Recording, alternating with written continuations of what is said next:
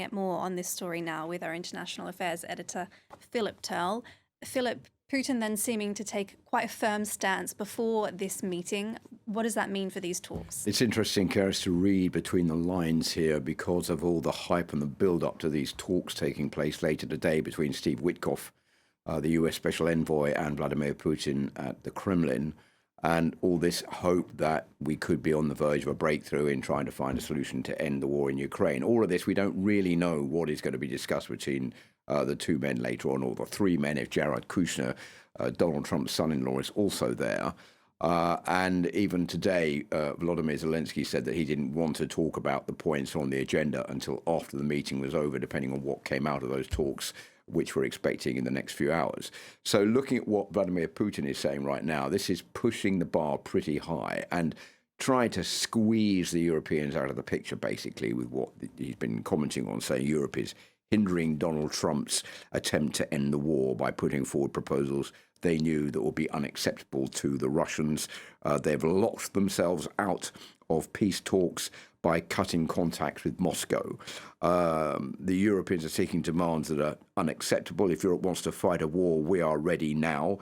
They do not have a peaceful agenda. They're on the side of war, and we will increase strikes on facilities in Ukraine and on Ukrainian vessels and on other foreign vessels that are trying to help Ukraine. So all of that is pretty threatening, pretty menacing, coming out of the mouth of Vladimir Putin, which leads one to pose the question, what is going to happen tonight during these talks with this amended version of the 28-point peace proposal that was rejected by Ukraine just about a week ago and which has been rewritten with the help of the Europeans and with the Ukrainians and the Americans. So does that mean that the proposals put forward by the Europeans that Emmanuel Macron said had been more positive, that Volodymyr Zelensky says are more positive?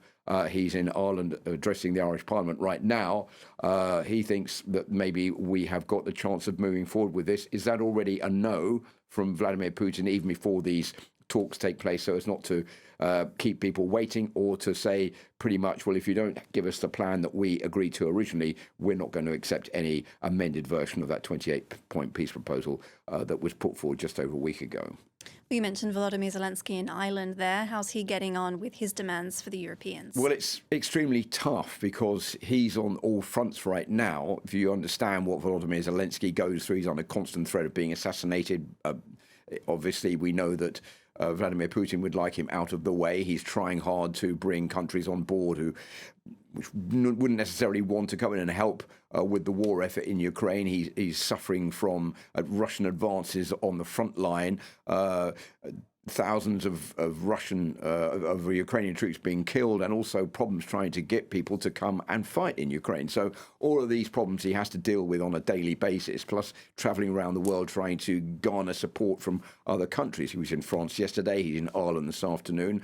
What Volodymyr Zelensky is looking for here in Europe is basically two things. The first one is the coalition of the willing and reassurances that once the war in Ukraine is finally over and there is a peace deal, that Europe will move in to prevent Russia from coming back to start the war all over again, like it did after signing the Minsk Protocol.